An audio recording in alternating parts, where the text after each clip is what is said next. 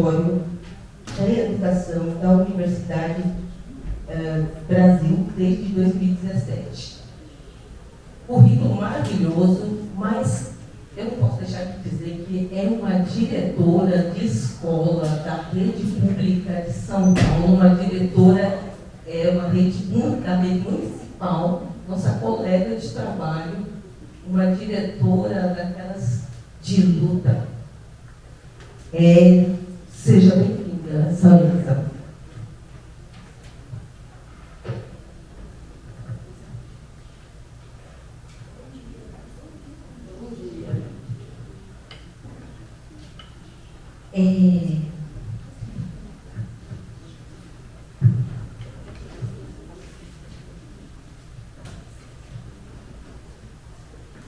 Sempre que eu sou convidada para mediar, eu vou falar sem o microfone para ver se vocês conseguem ouvir, tá bom? Tá dando para todo mundo ouvir? Ou não? Se aí atrás não estiver chegando a voz, aí vocês me falam que eu uso o microfone, que eu gosto de ficar com as mãos livres.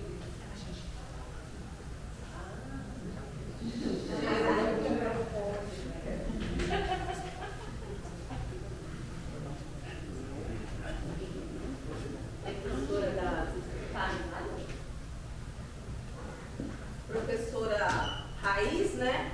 Tem que fazer a voz chegar onde tiver que chegar, né? Então eu falo alto. Sempre que eu sou convidada para mediar, para conversar, eu tenho um probleminha, eu sempre ultrapasso o meu tempo, porque eu gosto de conversar. A gente é de uma cultura da oralidade, né? Então a gente vai falando, vai falando. Então hoje eu trouxe escrito para eu não ultrapassar o nosso tempo, que é curto.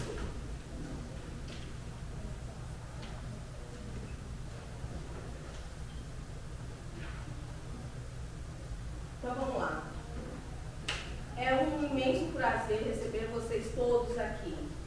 Recebo a cada uma de vocês nesse curso, nesse encontro de extensão Africanidades 2025. Hoje nós celebramos um encontro histórico. Mais de 500 pessoas reunidas, vindas de diferentes territórios, porque a gente tem um pessoal que está online. A gente teve pessoas inscritas de fora do Brasil, inclusive. Trajetórias e experiências para compartilhar, para aprender e, sobretudo, construir coletivamente um caminho de transformação. Este não é apenas um curso, é um espaço de encontro, resistência e afirmação. Um lugar onde as vozes que tantas vezes foram silenciadas encontram eco, onde os saberes ancestrais se entrelaçam às urgências do nosso presente. Estar aqui, neste grande círculo virtual que se abre diante de nós e testemunhar a força desse encontro Africanidades, pulsando como uma energia viva que atravessa gerações, me emociona bastante. Eu carrego comigo, neste momento, eu estou em alta rotação, porque carrego comigo as marcas e as reflexões da minha participação, da nossa participação, na 5ª Conferência Nacional, a CONAPIR, a 5ª Conferência Nacional por Igualdade Racial, a CONAPIR, lá em Brasília. Nas mesas de debate, nas rodas de conversa, aprendi, mais uma vez, que nossas lutas não cabem em espaços restritos. Elas se ampliam quando se transformam em compromisso coletivo. E é justamente isso que nós estamos fazendo aqui. É isso que me move e que me emociona. Estar aqui no Africanidades, dando continuidade a esse compromisso de letramento étnico-racial e político em nossas percepções cotidianas e que são levadas para as conferências, ecoa nas ruas e se fortalece na universidade e nos espaços de formação como esses. como este. O Africanidades é mais do que uma oportunidade de estudo. É um chamado para olharmos para a nossa história, reconhecermos as nossas raízes e assumirmos a responsabilidade de transformar a realidade. Porque a educação antirracista não é tarefa de um grupo isolado, é responsabilidade de todos nós. Aqui nós estamos reunidos se aqui nós estamos reunidos, é porque acreditamos que a luta por justiça, por igualdade e por reparação deve atravessar nossas vidas, nossas práticas profissionais e nossas relações cotidianas. Eu quero lembrar para vocês a força das ruas. A exemplo do que aconteceu há bem pouco tempo. A rua tem força, a nossa voz tem força. E é essa força que nos trouxe até aqui. Foi nas ruas, nas vozes que ecoaram por liberdade, por dignidade, por democracia, que aprendemos que nenhum de nós caminha sozinho. É nessa mesma energia que deve atravessar o Africanidades. Caminhamos juntos, lado a lado, construindo saberes que não se separam da vida, nem do território, nem da memória e nem da luta. Então, o que a gente faz aqui, esse não é um curso para a gente pegar o certificado e colocar lá no Lattes, né? É para ele pulsar, é para ele fazer a gente se articular. Em todos os encontros eu falo, a gente não dá conta de tudo, a gente não dá conta de saber tudo. E nesse sentido, a especialização em educação em direitos humanos, ela me trouxe muito esse conforto de saber que eu não preciso dar conta de tudo, mas que eu conheço a Ruth. Mas a Ruth é boa nisso, então eu chamo a Ruth para vir falar junto comigo. Eu conheço o tio Fio, eu conheço Mariana, eu conheço Paulão, eu conheço Jacira, eu conheço tanta gente, e tanta gente é tão especial. A Gildacia ali, né? A gente conhece tanta gente potente que pode nos ajudar. Então nós não estamos sozinhos. Não queiramos fazer sozinhos. A força também é gigantesca do outro lado e individualmente eles procuram nos quebrar. Por isso faço aqui um convite que cada um de vocês se permita viver esse curso, não apenas como estudantes, mas como protagonistas de um movimento coletivo, que possam trazer suas perguntas, seus saberes, suas histórias e ao mesmo tempo se abrir para escutar um ao outro. Porque só assim criaremos um espaço fértil onde nossas diferenças se tornam potência e nossas diversidades se tornam em força de transformação. O Africanidades é acolhimento, é partilha, é enraizamento e também é provocação. Provocação para que saiamos daqui diferentes do que chegamos. Que cada encontro, cada diálogo, cada leitura e cada experiência nos fortaleça e nos ajude a ampliar nossa compreensão de mundo e de nossa própria responsabilidade diante desse mundo. Queremos que este seja um curso que inspire a ação, que daqui saiam novas práticas. E aqui a gente não vai ter um caderninho de atividade. Já estou me adiantando, porque em todo curso a pergunta final mas tem uma apostila que eu possa aplicar na minha sala? Não vai ter isso. A gente vai sair daqui inspirado por aquela fala, aquela prática, aquele jeito de fazer, aquele sorriso, aquele jeito de chegar, aquele jeito de sair. Nós somos muito potentes juntos. Que daqui saiam novas práticas, novos projetos, novas redes de solidariedade e de afeto.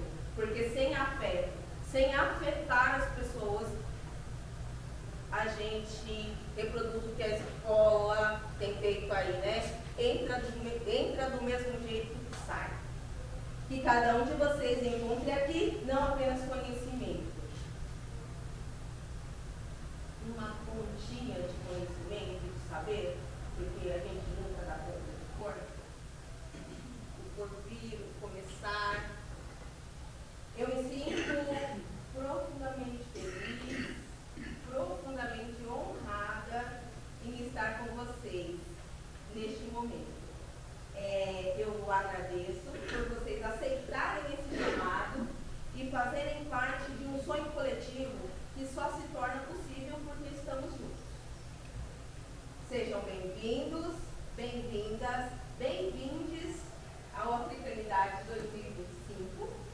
Que seja um tempo de aprendizagem, de escuta, de ensino, de luta, de esperança, de grandes articulações. Que seja um tempo de caminhar.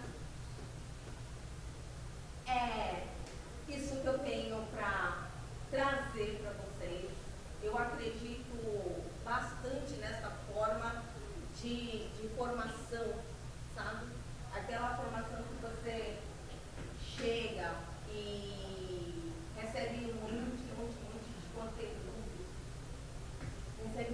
conteúdo, anota um monte de coisa, copia os slides. Eu estou falando isso na minha prática, tá?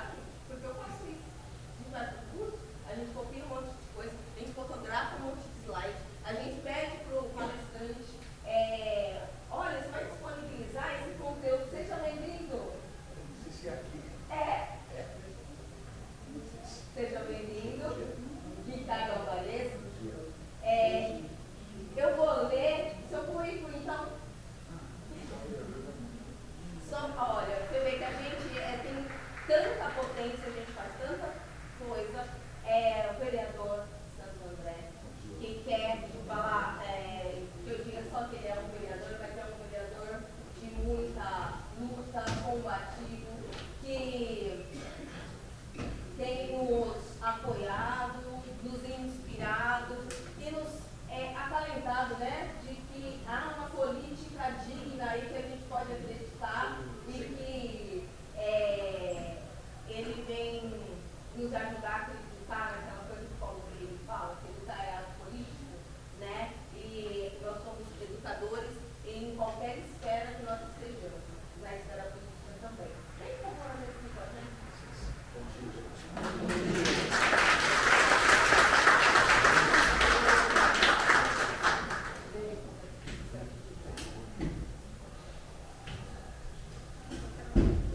Então, gente, estou falando da minha prática mesmo, de que a gente chega nos espaços, a gente copia um monte de conteúdos, a gente tira foto do slide, depois a gente fala para o palestrante, olha, isso aqui vai ficar disponível, você manda para a gente, mas a gente corre bem o risco de entrar do mesmo jeito que a gente saiu, porque na maioria das vezes, estou falando eu, nem vocês, na maioria das vezes aquele monte de conteúdo que você tirou um monte de foto, você nem revisita mais, porque aí amanhã já é outra coisa, quem é professor pior ainda, porque o dia a dia a vida nos engole, então que a gente fique, é um convite para que nós fiquemos mais conectados, prestando atenção nas nossas falas,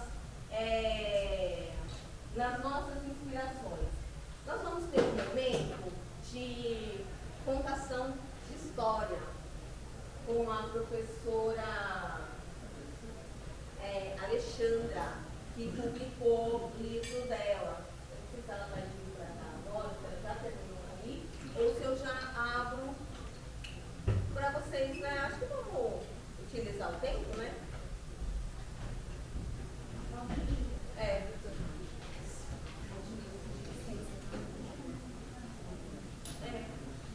Então, eu passo a palavra para...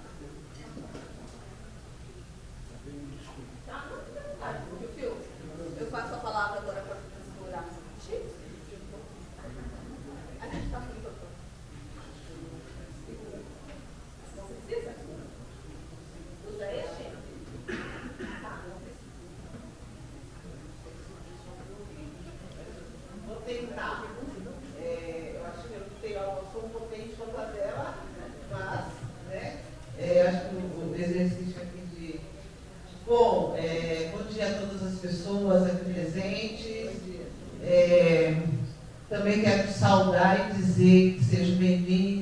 todos aqui e todas, né? Primeiro, na minha tradição, né? Saudar a minha ancestralidade, pedir a bênção aos meus mais velhos, pedir a bênção àqueles que comungam da mesma tradição que a minha, que estão aqui presentes, e saudar essa mesa aqui, né, que esse momento é um momento de saudação, porque daqui a pouco teremos uma conferência aqui muito importante, e eu também estou muito interessada a ouvir. Queria dizer um pouco, rapidamente, um pouco dessa trajetória, né, que eu tenho acompanhado a Fidelidade já há alguns anos, algumas vezes dando aulas inaugurais com o curso, que é muito importante, trazendo um pouco das reflexões que a gente tem no campo teórico, mas trazendo muito daquilo que a gente vivencia como atuantes na educação pública de São Paulo, né? Em especial da Prefeitura do município de São Paulo, que está nesse momento, sob ataque brutal do governo Nunes. E aqui a gente não poderia deixar de registrar esse ataque brutal, no sentido de buscar aquilo que ele está chamando de uma suposta formação dos diretores. Inclusive, eu sou a diretora que preciso de formação dada pelo Nunes. Para com o objetivo de nos afastar das unidades escolares, porque o projeto é o projeto da privatização que assola o município de São Paulo e assola também o Estado de São Paulo. Quem é funcionário aqui do Estado sabe as mazelas que está na vida de todos aqueles trabalhadores do Estado, de uma forma geral, em especial da educação. Então, estamos aqui nesse momento de fazer uma denúncia e um repúdio a essas políticas, sejam municipais, sejam estaduais, de privatização e de caráter neofascista, porque exatamente é disso que nós estamos falando. São posturas e encaminhamentos típicos de neofascista, de ideologia neofascista, que está posta no município e no estado de São Paulo, né? Matando nossos jovens na periferia, tirando o direito à educação, reduzindo o direito dos nossos trabalhadores na educação, massacrando, jogando no adoecimento físico e mental todos esses trabalhadores. Então, nós não podemos, diante de um debate tão sério, que é o debate sobre as questões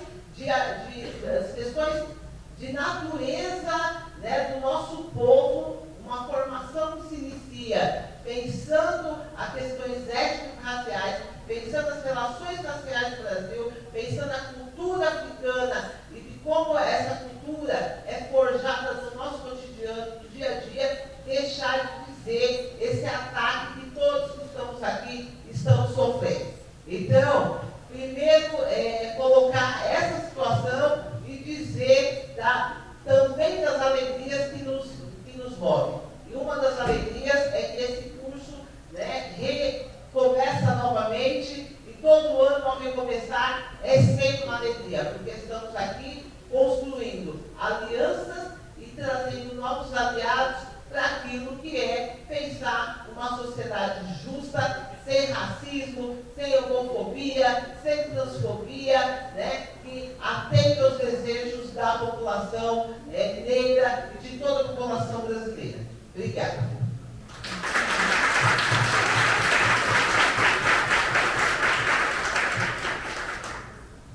Não dá para estar na escola de forma neutra, né? A neutralidade não existe. Educar é ato político e não é por acaso que diretores, professores, artistas que formam opinião, que falam, que contam outras histórias, são afastados. Não, afastados não, são convidados à formação. Olha, que é para a população saber, não é à toa.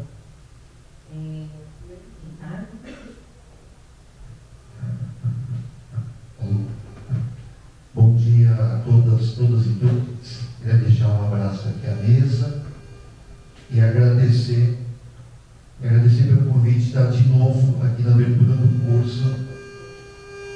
Alô?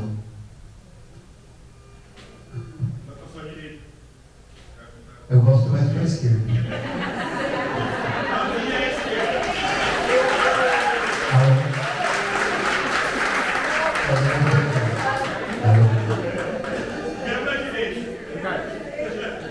Eu não consigo. Alô? A Maria está me prejudicando aqui, Maria. Bom dia ao grupo. É um prazer estar aqui. Receber o convite para de novo participar da abertura do curso Africanidades aqui na Universidade do ABC. E eu queria. Eu sei que eu vim muito aqui na Universidade Federal do ABC, né? Tenho muito carinho pela universidade, mas eu queria dizer uma coisa que sempre que eu venho na universidade, para públicos diferentes, eu falo. Essa universidade aqui é produto de uma luta da sociedade do Grande ABC.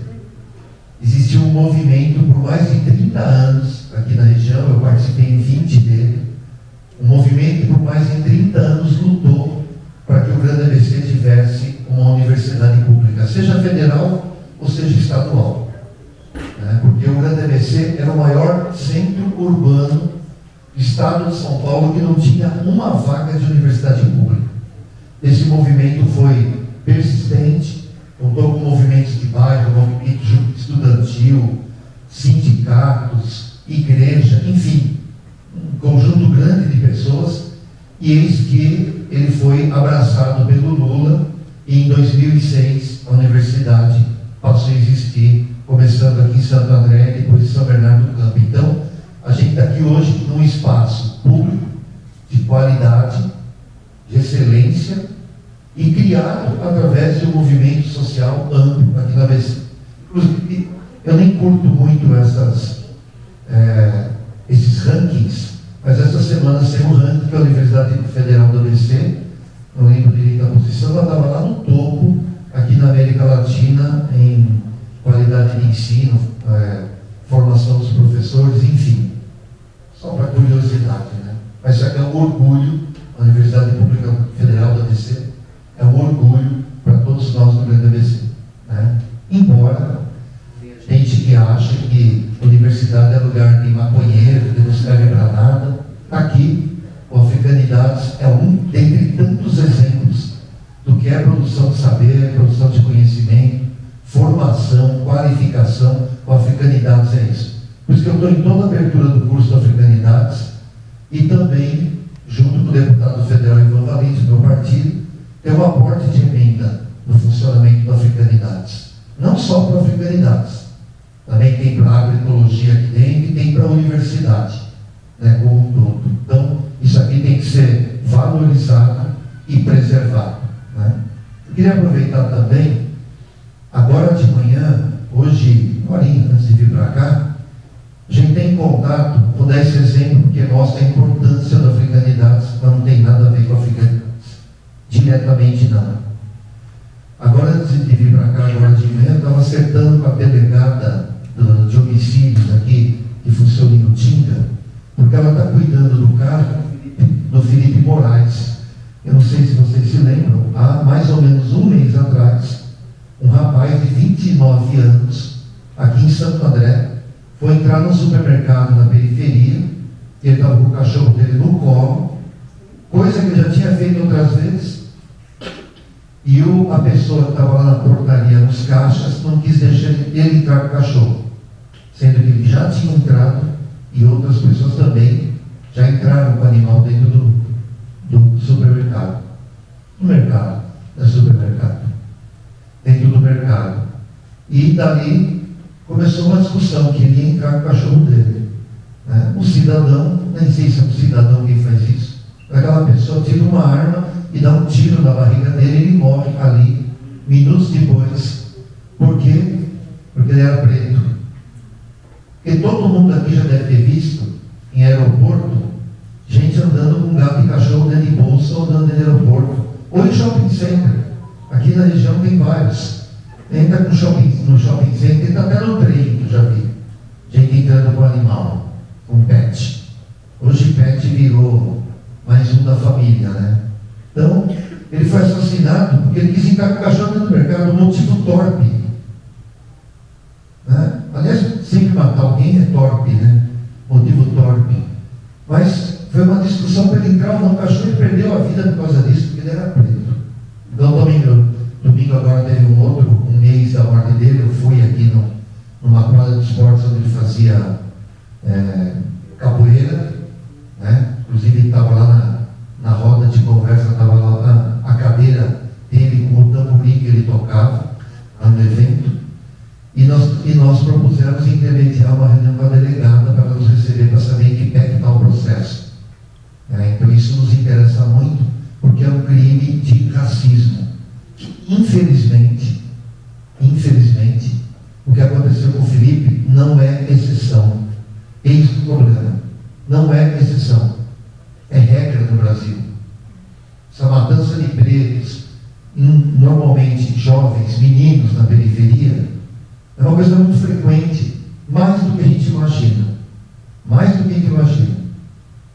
E o que é mais esquisito é que o Brasil tem uma formação multiétnica. A formação do povo brasileiro, costumo falar isso, tem um livro muito bonito do Darcy Ribeiro, que chama O Povo Brasileiro, em que ele mostra exatamente isso. O Brasil é uma mistura brasileira, dos povos originários, dos que eles chamam de transplantados, que são os negros escravizados, e dos portugueses ou europeus colonizadores. O Brasil é isso, essa mistura. Como é que não pode conviver até hoje, 2025, com uma população preta na sociedade? É pecado, é grave. Não pode ter diálogo, não pode ter mistura, não pode ter acompanhamento. Então é um absurdo o que aconteceu. Me desculpe falar desse caso agora, ele está muito marcado, é acompanhado de perto o episódio, né? Mas ele é um exemplo da importância que na universidade se trate desse assunto. Obviamente não é só a questão do racismo, né? A africanidade é muito mais do que isso, mas é importante que se discuta isso na universidade. É importante a política de cotas, para que ela já deu certo e continua dando certo, embora tenha gente no Brasil que ataque. Em geral, esses deputadozinho branco, né, de classe média alta que tem na Câmara, que ficam atacando a política de cotas e dizendo que na sociedade todos somos iguais. É o mito da igualdade, né?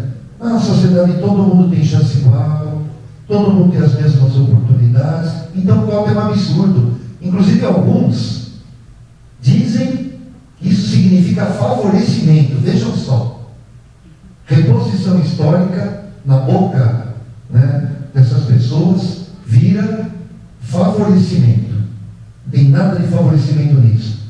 Política de cotas é uma necessidade porque, infelizmente, na nossa sociedade, o racismo ele é estrutural. E nós temos que combater o racismo estrutural todos os dias. Não basta ser contra ele, como disse Angela Davis. Não basta ser contra ele. Nós temos que combater todos os dias. O Africanidades é um exemplo marcante, fundamental, nesse trabalho de debater as questões sociais, né, de uma maneira em que na sociedade não podemos ter esse tipo de preconceito mais, ele é inadmissível.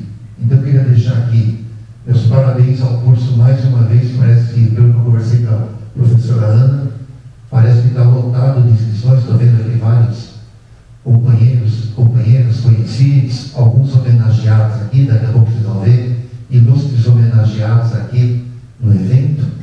E eu queria deixar então meus parabéns à equipe do Africanidades pela manutenção do curso, mas principalmente para quem vai fazer o curso, porque com toda certeza vocês vão sair desse curso diferentes do que vocês entraram e para melhor.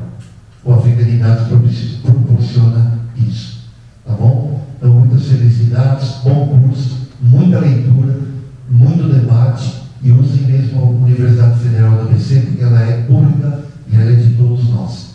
Bom dia, gente. Parabéns.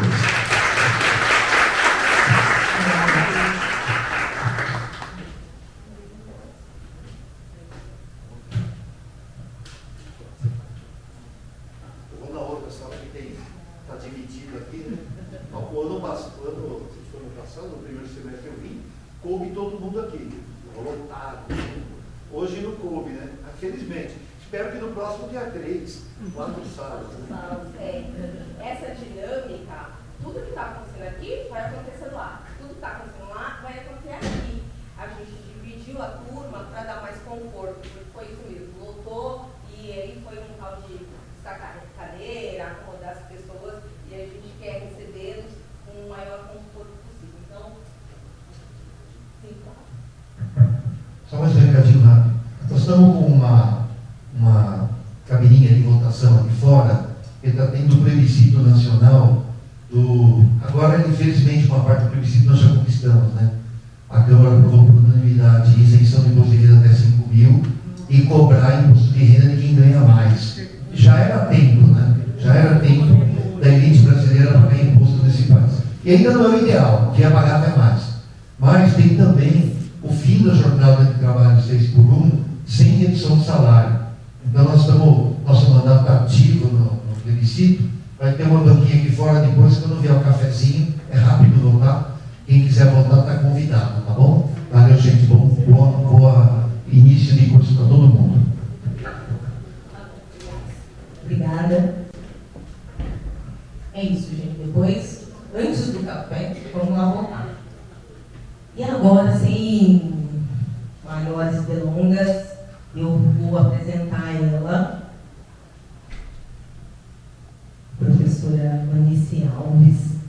Ela possui graduação em Serviço Social pela Faculdade Paulista de Serviço Social, mestre em Política Social pela Universidade Cruzeiro do Sul, e doutora em Serviço Social pela Pontifícia Universidade Católica PUC, São Paulo. Tem experiência na área de direitos humanos, de criança e adolescente e trabalho social com famílias e crianças e adolescentes em situação de vulnerabilidades e violações de direitos. Atualmente, trabalha na Diretoria de Políticas para a Mulher e Igualdade Racial do município de Jandira, em São Paulo. E na Secretaria de Habitação do município de Santana do Parnaíba.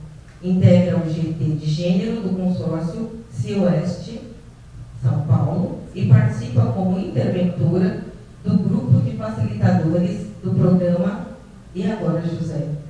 Foi docente da Faculdade de Mauá, Unesp, de 2014 a 2019, e da Universidade Paulista, Unip, de 2015 a 2019. No curso de graduação em Serviço Social, ênfase em Ciências Sociais aplicadas, com experiência na área de Serviço Social, atuando principalmente nos seguintes temas: criança e adolescente, família, território, proteção social, políticas públicas, assistência social, direitos humanos, desigualdade de gênero e violência contra a mulher e igualdade racial. Pesquisadora do grupo de pesquisa Educação e Direitos Humanos, com linha de pesquisa Africanidades, Mulheres, Educação Antirracista nas Infâncias. É um prazer imenso recebê-lo aqui nessa mesa.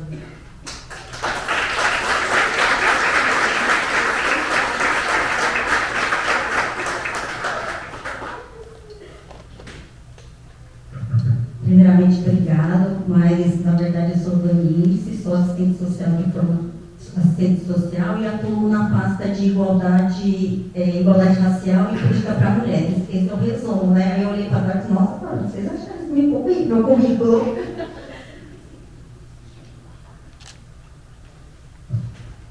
E você, eu só tenho a carinha de jovem.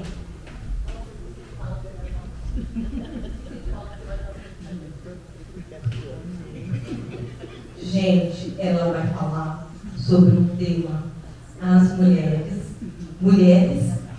africanidades e americanidades. Quando eu soube desse tema, eu fiquei assim, empolvorosa, curiosa e muito feliz, porque sei que ela vai tocar em questões muito pertinentes, tá, e bacana. Depois, eu posso cuidar dos slides para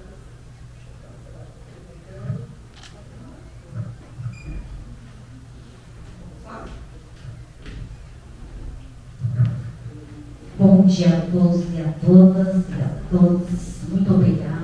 Primeiramente, quero agradecer à professora Ana pelo convite, né, de poder estar construindo essa trajetória coletiva, né, como aqueles que me antecederam falou muito bem, que nada a gente faz no individual, a gente faz no coletivo, né. Então, esse curso ele serve para a gente potencializar, na verdade, as nossas forças, né? Ele não tem esse caráter, como diz a Cláudia, né?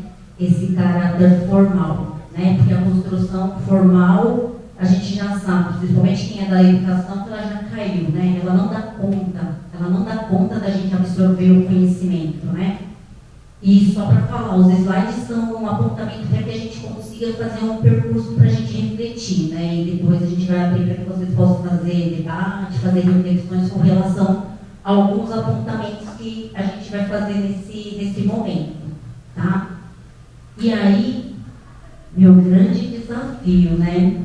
Que é estar no curso de africanidades, né? E trazer alguns elementos para a gente pensar sobre alguns conceitos e sobre aquilo que já foi falado, né? Como que é a formação para que a gente possa dizer o que somos, né? E o que somos como pessoa preta, como pessoas que na verdade não pretas, né? Mas como a gente se constitui, né? Então eu vou falar, né? Percorrer essa trajetória.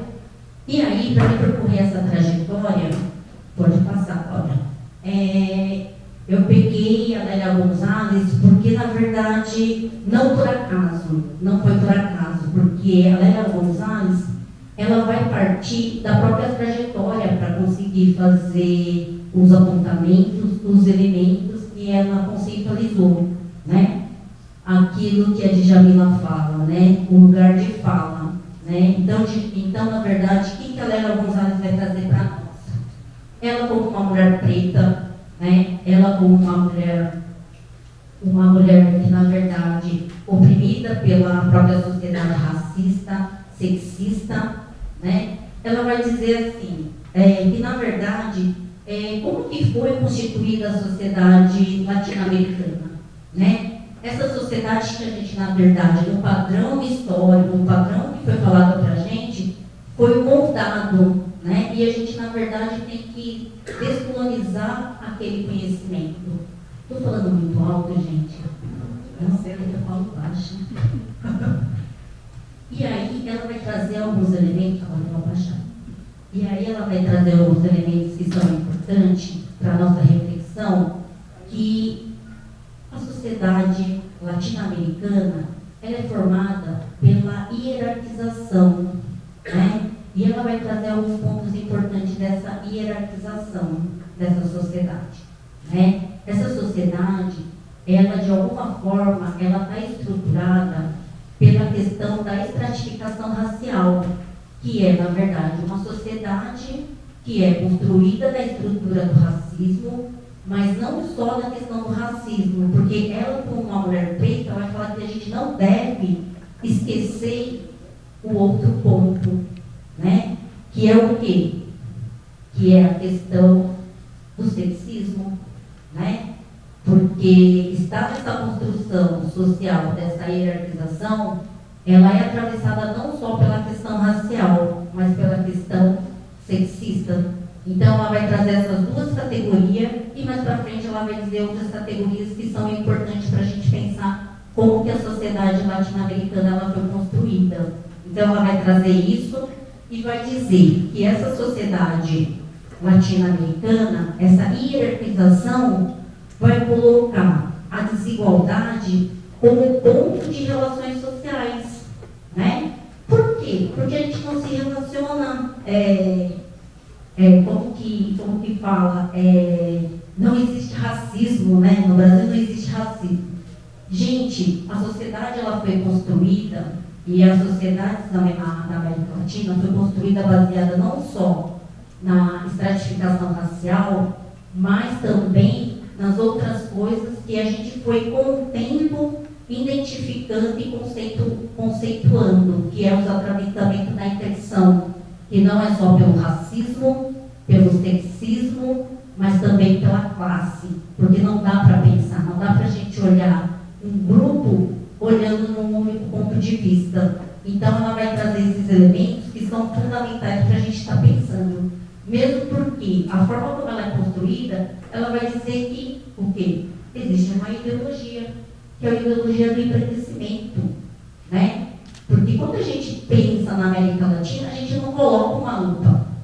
A gente não costuma colocar uma lupa, porque não foi ensinado para a gente no banco da escola, que foi que a Cláudia que me antecedeu falou, a escola não deu conta de falar sobre isso, e nem quis falar sobre isso. Agora, hoje a gente consegue olhar novamente para a história e dizer, não, a América Latina ela é composta de vários grupos. E da onde que são esses grupos? Grupos que de alguma forma não teve visibilidade. Esses grupos foram silenciados durante o processo histórico. E é aí que está a formação da sociedade latino-americana. Ela é constituída por uma história que foi apagada, uma história que não foi contada para a gente, né? Hoje a gente consegue identificar quem são esses coletivos, né? E ela vai dizer que dentro desses coletivos, que na verdade do grupo de exclusão passado, atravessado pela raça, atravessado pela classe e atravessado pela cor, são o quê? São as mulheres pretas e as mulheres indígenas, né? Essas, na verdade, são as pessoas que praticamente são atravessadas pela exclusão, são atravessadas pela discriminação, são elas que praticamente, como ela diz, é o testemunho vivo da exclusão. E aí a gente começou a fala, né, com as pessoas que me antecederam, e o vereador, o Ricardo, ele falou, né? Ele contou o caso desse jovem que foi assassinado, né? E quando a gente olha para trás na história, e a gente está falando sobre a construção do Brasil e a construção da sociedade latino-americana, a gente olha e fala assim, essa história praticamente se repete, e ela permanece se repetindo. E aí quando a gente fala da construção de coletivo, é o que a africanidade faz. É esse coletivo que vai potencializar o que a Lélia Gonçalves vai falar, que é a questão da transformação. A gente só consegue transformar se a gente de fato se unir e se a gente de fato se considerar um coletivo, um aquilombamento, senão a gente não consegue sair. Todas as conquistas que nós tivemos até agora, na verdade, foi a partir de luta. Se hoje a gente consegue estar aqui, ocupar esses espaços, seja ele espaço público, seja ele no espaço de poder, é porque muitos tombaram no meio do caminho. E hoje a gente está aqui, na verdade, para continuar. Porque ela fala que, na verdade, a transformação acontece no coletivo. E essa luta, ela é uma luta permanente, não é uma luta que terminou. Lá atrás a gente está falando da Constituição, na verdade, da Constituição dessa sociedade latino-americana. Ou seja, essa Constituição, na verdade, não terminou. Por quê? Porque a gente precisa transformar essa história. Pode passar, Cláudia. E aí, a Lélia vai dizer algumas coisas que é importante para a gente conseguir entender a questão da africanidade, né? E como que isso se reflete na nossa sociedade e se reflete na América Latina. E o que a gente faz para a gente pensar? Se a gente for pensar as lutas, como que essas lutas atravessaram cada segmento, seja das mulheres negras, seja das mulheres indígenas, por exemplo, a Lélia vai dizer assim, quando a gente coloca uma lupa, por exemplo, para o movimento feminista, a gente vai ver que o movimento feminista, dentro da sua trajetória, não conseguiu abranger as mulheres pretas. Quando ela falou assim, então nós vamos falar, vamos lutar pelo voto, vamos fazer isso. Gente, as mulheres pretas já estavam na casa, lavando, passando, elas não estavam lutando pelo trabalho. A mulher preta já estava fazendo essas questões, né?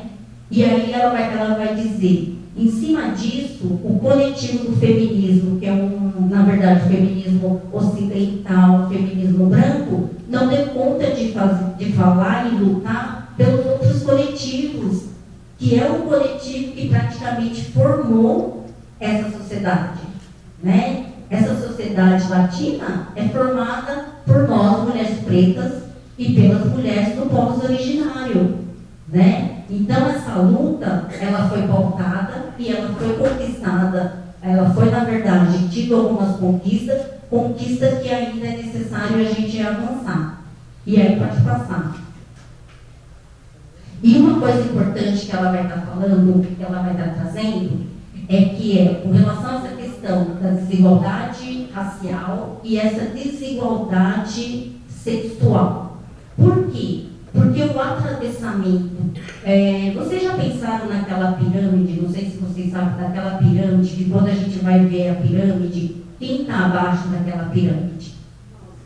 Nós, mulheres pretas, né? Então, quando a gente está falando de atravessamento, a gente está falando que o atravessamento do racismo não quer dizer que ele não impacta, por exemplo, na vida do homem preto. Ele impacta sim na vida do homem preto. Mas dentro do atravessamento do homem preto, a mulher preta vai ficar embaixo. A mulher indígena vai ficar mais lá embaixo. Então, esse atravessamento é um atravessamento diferenciado por cada grupo que foi, de alguma forma, no conceito, por exemplo, da construção histórica, foi silenciado. Então, ela vai trazer o quanto que é importante a gente pensar no racismo, né, que na verdade constituiu a base da sociedade latina, mas pensar em como que esse racismo atravessa a vida das mulheres pretas e das mulheres indígenas.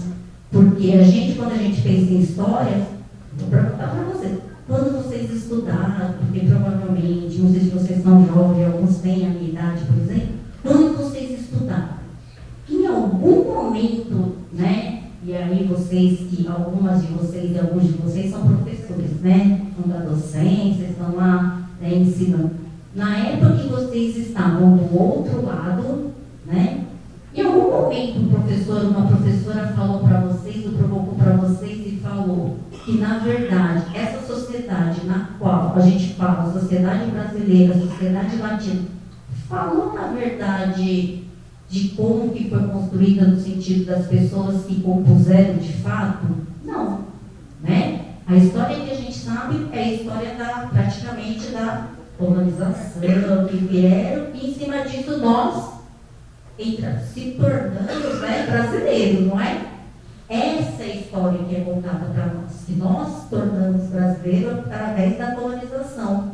E a gente, na verdade, não entendeu o que aconteceu, porque isso não foi falado para a gente. E ela vai falar que, na verdade, quando a gente está falando da constituição da sociedade, a gente está falando que a gente tem que se usar até um outro termo, né? Porque a gente fala, nós somos todos latinos.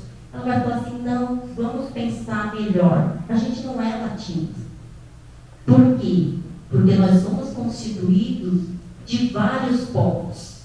Então, ela vai dizer que a região é formada, né, de mulheres americanas e ameríndinas, né? Porque temos o quê? Temos a origem da África e temos a origem dos povos originários.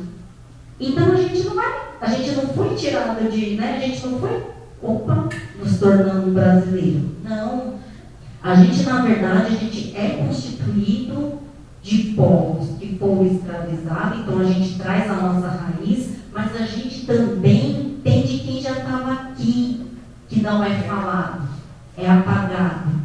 Então ela vai pegar os conceitos que são importantes para a gente descolonizar o que foi passado para a gente. Sabe, essa história, nós somos brasileiros, na verdade nós somos uma mistura,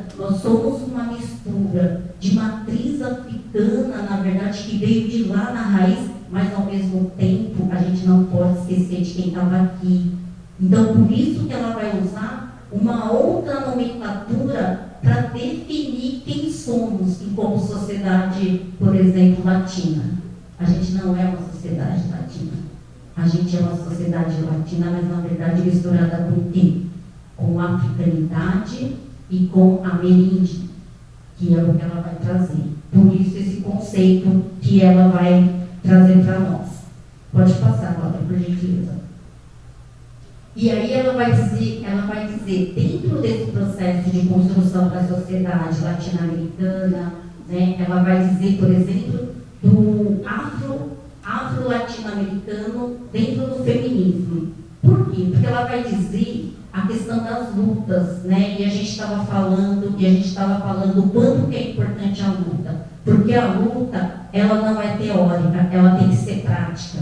E ela vai dizer que essa luta coletiva, que é afro-latino, ela se deu em vários lugares, em vários territórios. E essa luta, ela não é visibilizada e ela não foi socializada para a sociedade. Alguém já ouviu falar, na época que vocês estavam estudando na escola, lá, né? Gente, houve um manifesto das mulheres bolivianas. Olha, as mulheres venezuelanas se organizaram para reivindicar por direito, para reivindicar sobre as terras. A gente ouviu falar sobre isso? Então, isso diz muito sobre a constituição da sociedade e diz muito sobre o apagamento. Diz muito sobre o apagamento. Que hoje a gente está tentando fazer o quê? A gente está tentando tirar aquele apagamento e falar assim, não, as mulheres são as potentes, as mulheres fizeram luta, as mulheres estavam lá. E isso não foi falado. Em nenhum momento foi falado. Qual foi a luta das mulheres? Então, quando ela fala aqui do feminismo latino-americano, ela está falando da luta que nos antecederam e da luta coletiva que as mulheres têm feito agora. Porque hoje a luta das mulheres não é só sobre as mulheres que residem no Brasil, sabe? No recorte do Brasil, tá? Só para as mulheres que... Hoje, a luta, ela é coletiva, ela atravessa a fronteira. E isso a gente tem que ficar atenta. Porque a dor de uma mulher latina lá do outro lado é a nossa dor também. Então a luta não é mais uma luta individual, de coletivo individual.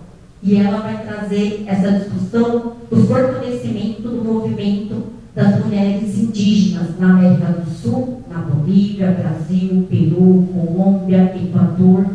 A gente nem tinha conhecimento. Alguém de vocês sabia da luta das mulheres indígenas? E eu vou contar para vocês. Vocês depois em casa, vocês vão lá no Google, no tio Google, e procura. Procura, por exemplo, o movimento indígena, das mulheres indígenas. Vocês vão ver que praticamente não tem quase nada. A gente precisa da visibilidade para as mulheres indígenas, para as mulheres do povo originário, porque foi apagado.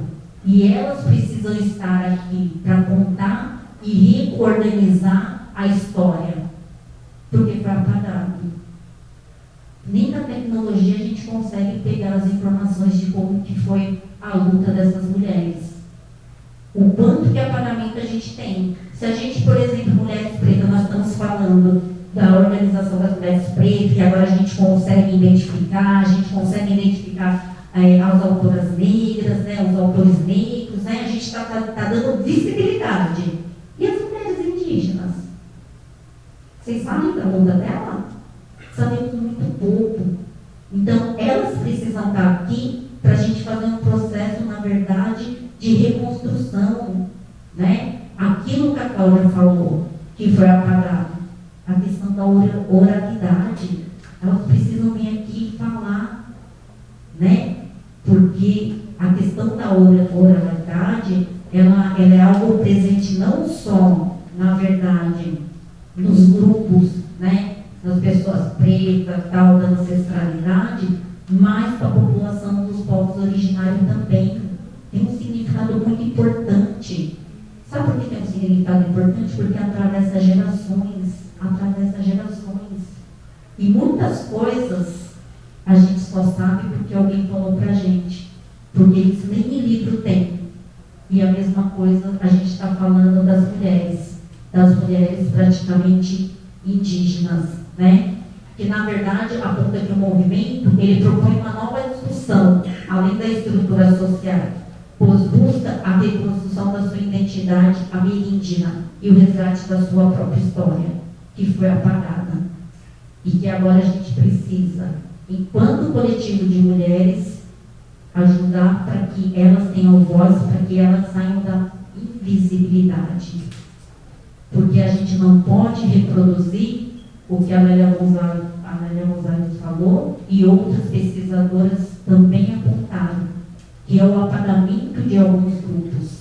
Ah, não, você não faz parte desse grupo, então essa pauta não nos pertence. Não é? Ela estava falando que quando o feminismo estava lutando sobre algumas pautas, as pautas das mulheres negras não estavam sendo contempladas, não é? Estávamos, né, à margem, né? E aí fica... E hoje? Vocês olharam para ver se todas as mulheres, de fato, estão sendo contempladas quando a gente está falando de movimento feminista? Ou a gente está pensando numa mulher branca, cis? A gente ainda não está contemplando todas as mulheres, né? Um exemplo que eu vou dar para você, a Cláudia acabou de falar que ela foi na Conferência Nacional, né? Na Conferência Nacional da Igualdade Racial. E essa semana que passou, nós tivemos como se eu estivesse lá, né? Mas a luta coletiva a gente sente, né? Tivemos a Conferência Nacional das Mulheres. E lá estava, a gente entende o quê? Todas as mulheres identificadas como mulheres estavam lá. E lá, no coletivo de mulheres, teve que fazer um ato contra, na verdade, a transfobia, porque as mulheres não reconheciam que as mulheres trans também são mulheres. Então, de fato, a gente está contemplando todo o coletivo ou a gente está fazendo uma seleção quando a gente está fazendo a luta? Então, quando a gente está fazendo a luta coletiva, a gente tem que pegar na mão de quem está fora. E é isso, a luta coletiva é isso, é pegar na mão de quem está fora. E a gente precisa olhar se de fato a gente está fazendo isso. E de fato a gente está fazendo isso não numa concepção teórica, né? Porque a gente está falando de africanidade, a africanidade é prática, é ação. A gente está falando na ação, se de fato a gente está fazendo no nosso cotidiano. Quando eu falo, se lá atrás a gente sentou na cadeira, as professoras falaram como que configurou a nossa sociedade, e a gente falou, a gente identifica que a gente não aprendeu isso lá atrás, a gente também precisa ver como que a gente está passando o nosso conhecimento, trocando conhecimento e construindo conhecimento com os nossos coletivos. Se a gente de fato está decolonizando, ou se a gente está falando, ah não, isso daqui não é importante porque não tem a ver com a minha pauta. Não, eu não sou uma mulher trans, então não tem a ver com a minha pauta. Ah não, eu não sou uma mulher preta, então não tem a ver com a minha pauta. Eu não sou uma mulher com deficiência, então não tem a ver com a minha pauta. A gente precisa olhar, porque a gente precisa fazer na prática. E a transformação, ela se dá na prática. E ela se dá primeiro porque a gente acaba tendo conhecimento, né? A gente está aqui porque a gente quer trocar conhecimento. A gente quer, na verdade, decolonizar o conhecimento. A gente quer ter uma outra perspectiva diferente daquela que foi nos repassado lá atrás, né? Mas obter esse conhecimento não é obter esse conhecimento para a academia. O compromisso de cada um de vocês é ter esse conhecimento e transformar lá fora. Porque eu sempre falo que o pesquisador, a pesquisadora, o docente, ele tem um compromisso. O estudante, ele tem um compromisso, que é devolver para a sociedade o conhecimento dele. E a gente devolve de forma decolonizada lá fora também. É esse paralelo, é esse movimento dialético que a gente deve fazer. É esse nosso compromisso daqui para frente. Não é só, ah não, só quero ter o conhecimento. Não faz sentido para nós. Para nós só faz sentido se tiver uma ação, se tiver uma transformação. Pode passar.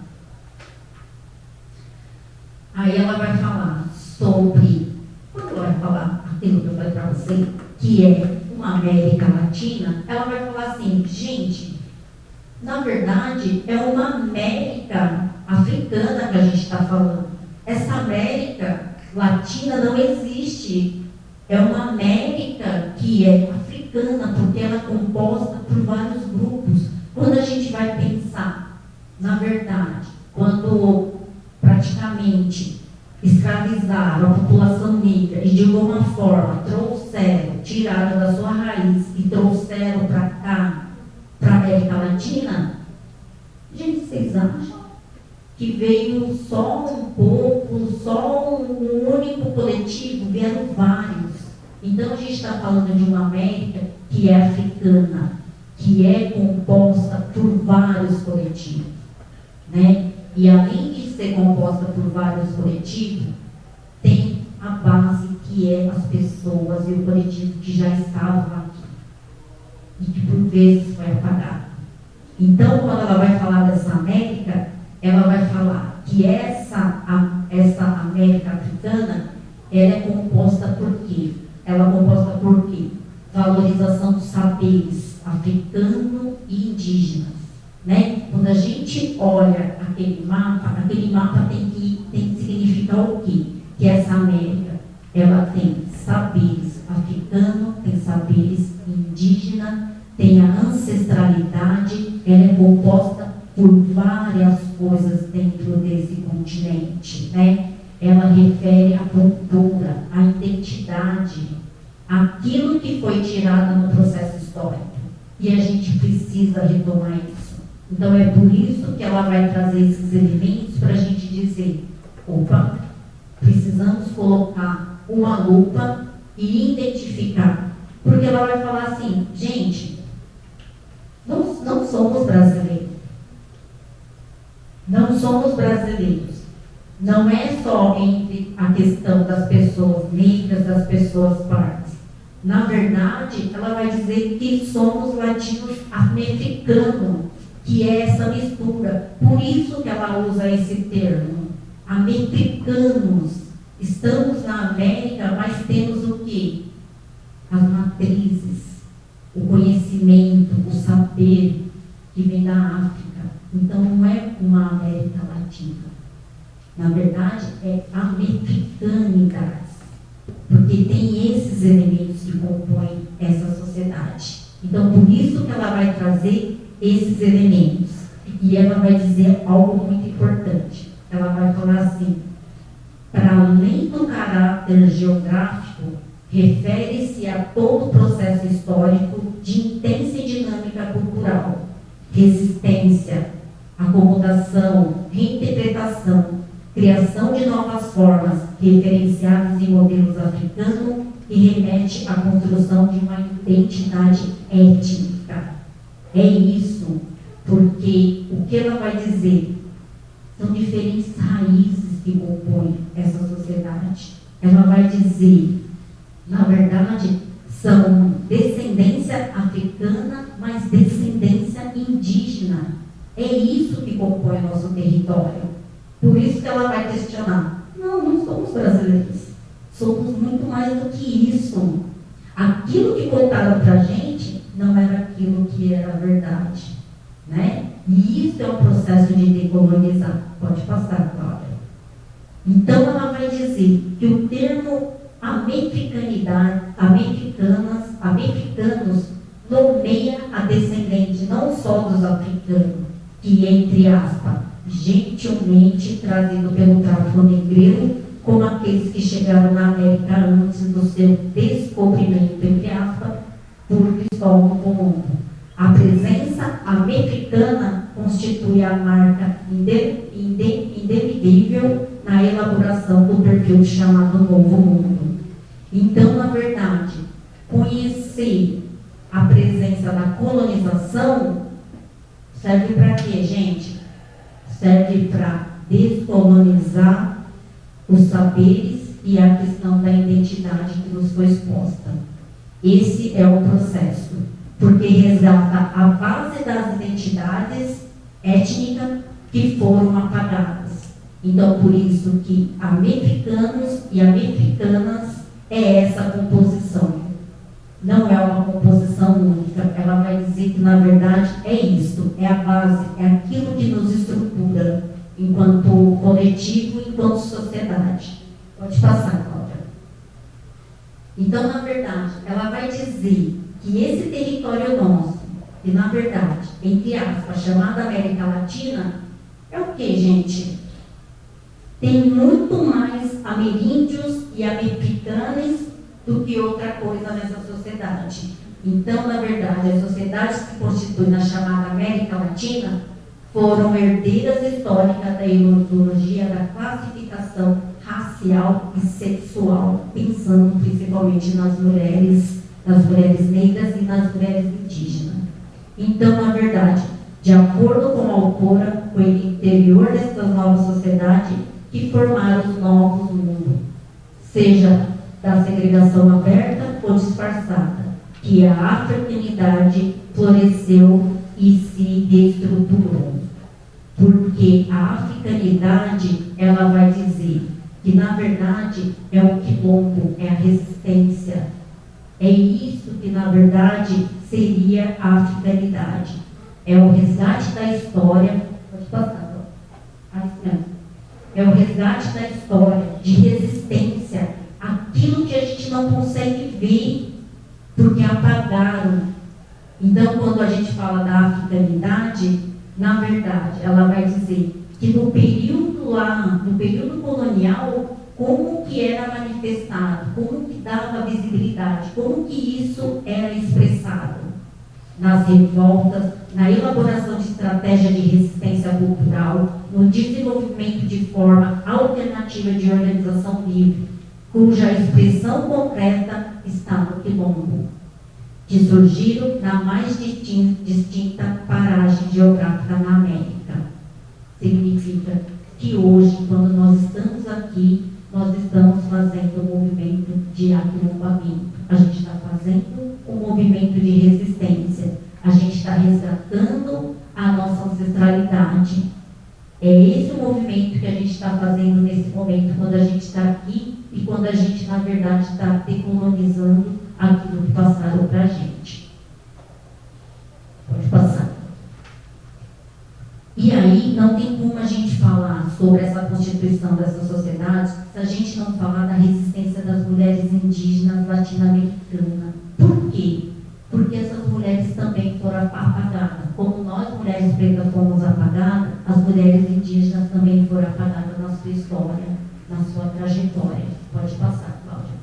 E aí, a trajetória das mulheres indígenas na sua luta, ela tem um significado muito importante, porque ela vai trazer uma contribuição teórica e metodológica. E tem muitas coisas que o movimento feminista indígena traz para a gente, que a gente precisa, na verdade, rever até o nosso padrão de como a gente vê a sociedade, como a gente vê o mundo.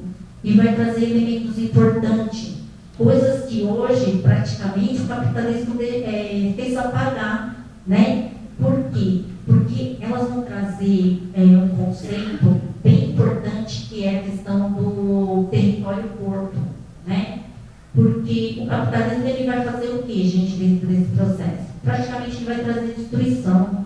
Praticamente a gente não vai ter um olhar mais específico sobre a natureza. Tanto é que hoje a gente começa a pensar, olha, vamos pensar na natureza. Mas no decorrer do capitalismo, que praticamente foi avassalador, o que aconteceu? Gente, no capitalismo o que acontece? Tudo vira dinheiro, gente. Tudo vira dinheiro. Água, mato, plantação, né? A biodiversidade começa a virar mercadoria, né? E nisso a gente acaba se perdendo. E ela vai dizer, por exemplo, que uma das lutas das mulheres indígenas é a retomada da terra. É a retomada da terra como um lugar muito importante. Coisas que a gente praticamente não se atenta hoje. O quanto que é importante a gente olhar para a terra. O quanto que a terra, ela vai dizer assim, a terra não é uma coisa separada do nosso corpo. A terra é corpo também junto com a gente. E a gente não pensa sobre isso. E aí a gente tem que pensar o quanto que as mulheres indígenas têm muito a nos apresentar de quanto metodologia, quanto estratégia, quanto ação, né? E aí ela vai dizer, a natureza, na verdade, é capacitatória. Elas vão fazer vários movimentos, e são movimentos que a gente desconhece, esse movimento das mulheres indígenas latinas. A gente vai ter movimento das mulheres indígenas no Brasil, a gente vai ter, por exemplo, feminismo comunitário na Bolívia, a gente vai ter as mulheres do Chile, a gente vai ter as mulheres zapatistas, a gente vai ter muito movimento das mulheres indígenas que foram apagadas.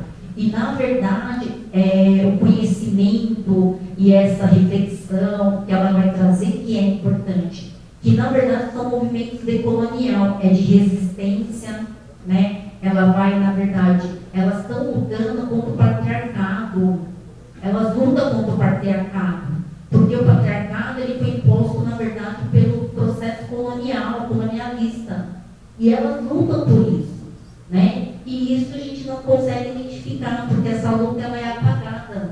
Quando eu falo que a luta ela é coletiva, nós, mulheres aqui, a gente também não luta contra o patriarcado. A luta é coletiva, então quando a gente fala que a luta é coletiva é isso, é sobre isso, né? A luta das mulheres lá não é diferente da nossa luta. A gente só precisa somar a luta de todas as mulheres, né? Elas lutam pela recuperação da identidade que foi apagada nesse processo histórico. Elas também lutam, por exemplo, por estar no campo político, por estar, por exemplo, na visibilidade de suas demandas, né? Então, praticamente, essas mulheres têm muito a contribuir com a gente. Pode passar, Cláudia. E aí, tem algo muito bonito das mulheres, na verdade, indígena latino-americana, que é a valorização do saber, é a valorização da prática, é a valorização dos grupos marginalizados, que elas vão estar trazendo como importante. E elas, na verdade, vai dizer, as mulheres indígenas vão firmando suas presenças, sem esquecer suas ancestralidades. O chão da aldeia, o alimento dos filhos, a semente da cultura e o encantamento. A participação dela é englobada por todos esses elementos. São essas novas armas das mulheres indígenas que inaugura nova forma de luta no contexto do movimento indígena, contribuindo ainda para aprofundar os debates de uma ecologia política feminista, porque elas entendem que não tem como fazer uma luta se a gente não preservar os recursos naturais também. Não é só a luta nossa pelo corpo, é a luta, na verdade, coletiva pela terra também. Ela questiona a questão da relação de poder às mulheres, né? Pode passar, Cláudia. E aí, o que significa essa questão do território-corpo? Na verdade, ela tem uma dimensão que esse espaço, ele transcende a questão do conhecimento, né? Porque ela vai dizer, o território é a preservação da cultura, da saúde, do bem-estar e da espiritualidade. Somos responsáveis pela fecundação e pela manutenção de nosso solo sagrado. Seremos sempre guerreiras em defesa da existência de nossos povos e da mãe natureza. Enquanto mulheres, lideranças e guerreiras, geradoras e protetoras da vida, iremos nos posicionar a lutar contra as questões e as violações que afrontam nosso corpo, nossos corpos, nossos espíritos e nossos territórios. Difundindo nossa semente, nossos rituais, nossas línguas, nós iremos garantir a nossa existência. A vida e o território são as mesmas coisas, pois a terra nos dá o alimento, nossa medicina tradicional, nossa saúde, a nossa dignidade. Perder o território é perder a nossa mãe. Quem tem território tem mãe, tem colo. E quem tem colo tem cura. Isso foi, na verdade, um documento feito na Marcha das mulheres indígenas do Brasil, que ela vai trazer que, na verdade, sem a Mãe Terra, a gente não consegue se dar enquanto sujeito social. Uma coisa está, na verdade, ligada à outra. Então, ela vai dizer que o corpo, na verdade, o corpo se torna resistência.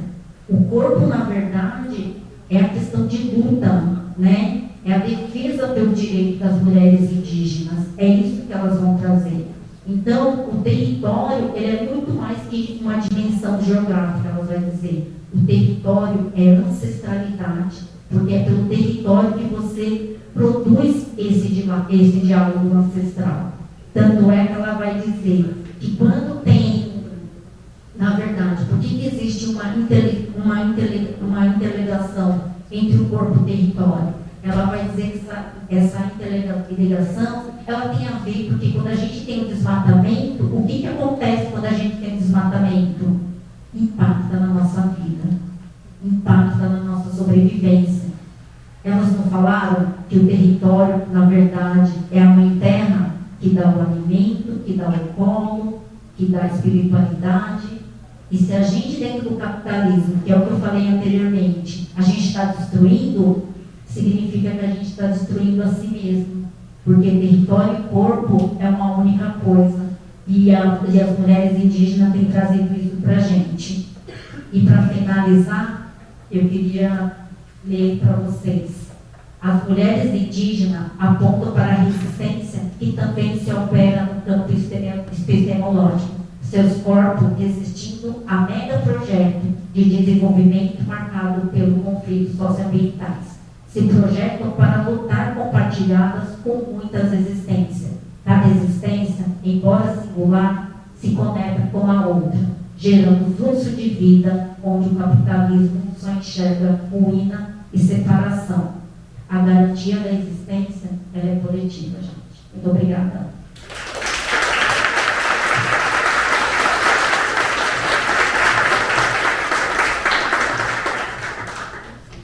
Uau, que lindo. Gente, olha aqui, ó. Eu fiquei só anotando um monte de coisas aqui. Que é isso, né? Tudo isso que você está trazendo aqui para a gente ecoa muito no meu projeto de pesquisa. Então, uma piadinha aqui, porque é isso, o corpo território é natureza viva, não é conteúdo desconectado da vivência. Antônio Nego Bispo, é nessa turma que a gente tem que pensar a partir de agora.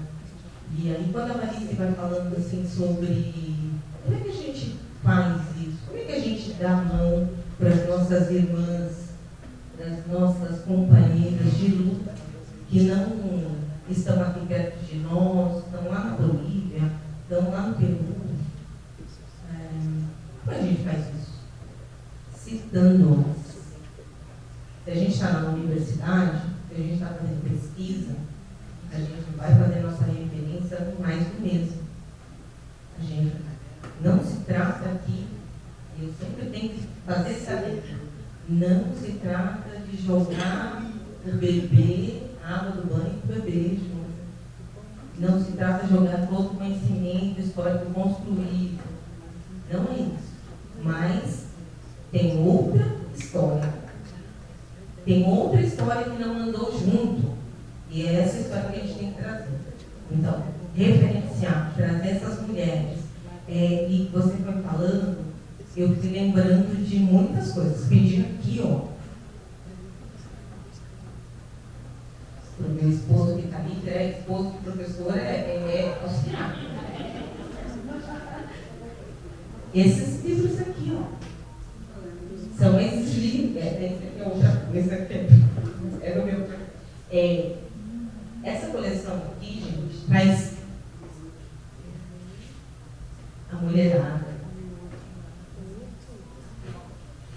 a crítica feminista. Então, aí tem contexto histórico, tem perspectiva decolonial e traz as autoras que a gente não conhece. E eu estou compartilhando isso com vocês porque eu conheci essas autoras não faz muito tempo, uma questão de uns 6 anos, mas não faz muito tempo, não cresci sabendo dessas autoras. A gente sabe de muitos autores E em todas os programas de pesquisa estão lá. Né? Eles já estão institucionalizados. E tem muita gente falando, muita coisa falando isso aí, e que são referências para nós, quando a gente vai fazer nossas pesquisas, quando nós vamos escrever nossos artigos, eles estão lá, vamos utilizar. Então, essa é uma forma de andar junto, né, da perspectiva da educação, né, se a gente está na sala de aula, a gente traz, se a gente está fazendo pesquisa, a gente referencia. E para que tudo isso, gente? Vocês têm essa percepção de que, nossa, a gente está pegando um pedacinho de um saber, de um conhecimento sistematizado. Meu Deus, o que eu faço com isso? Esse é um despertar para muita coisa que está aí e que a gente não sabe.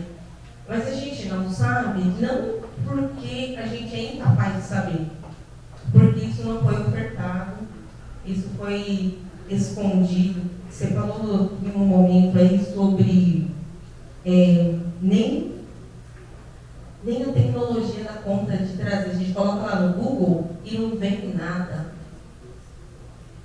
A tecnologia, ela responde também a uma lógica.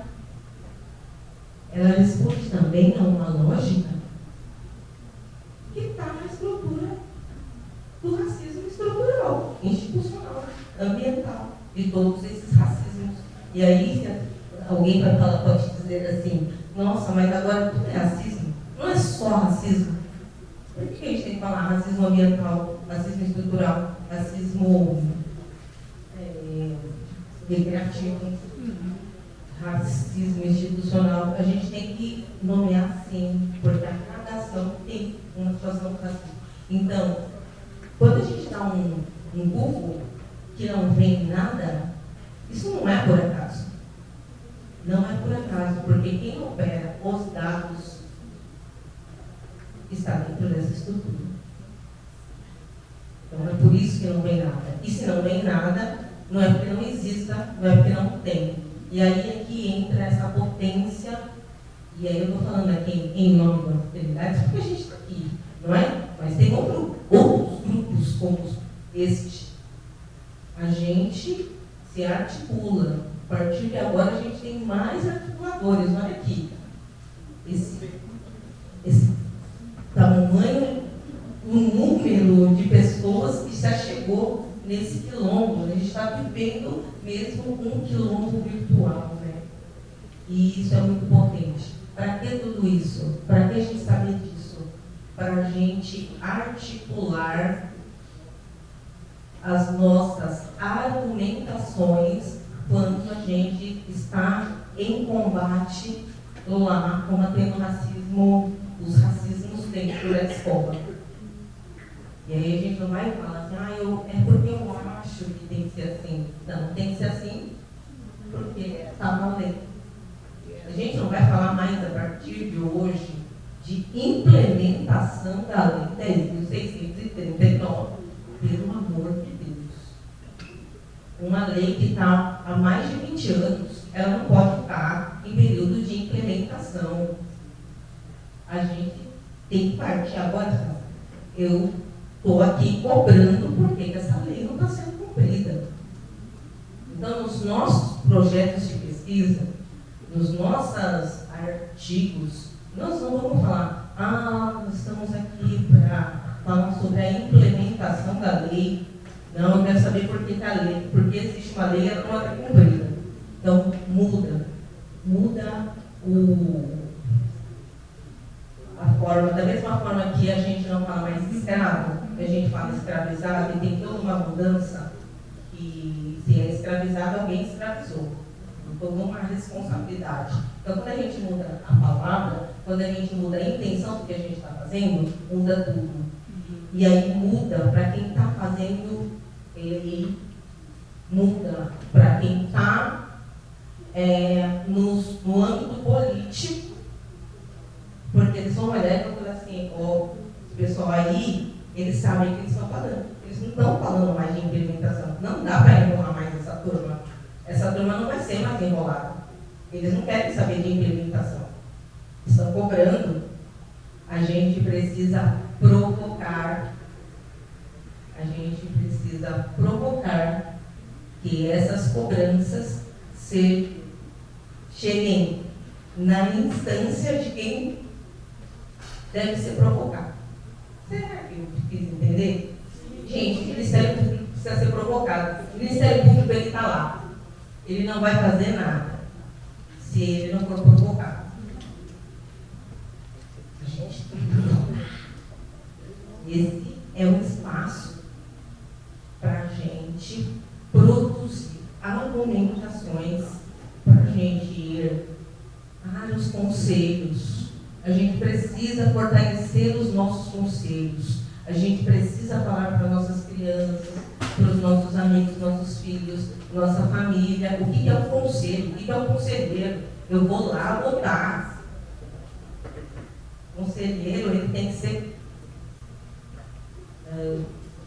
forte, ele tem que ser atuante. Ele não pode estar aparelhado. E ele só não vai estar aparelhado se a gente estiver ali, cobrando. Né, gente? Então, é isso, é muito trabalho. E a gente fica mais tranquila para pensar nesse trabalho, porque nós estamos aqui. Eu não preciso fazer esse trabalho sozinha. Eu tenho cada um de nós aqui para a gente caminhar junto. E aí a gente não tem vergonha de falar, nossa, mas como é que eu faço? Tem coisas todas na cabeça, mas o que eu faço? E juntos a gente vai fazendo. Porque é assim que o quilombo funciona. Né? Eu vou passar a palavra mais um pouquinho para você falar, porque eu sou suspeita, né, gente? Eu sou muito curiosa e eu me interesso muito nas coisas, sou muito curiosa, amém. Não vai abrir para intervenção? Eu vou abrir aqui para as intervenções, para perguntas e reflexões, uma fala. A gente tem pouco tempo, mas eu vou abrir para esse momento agora.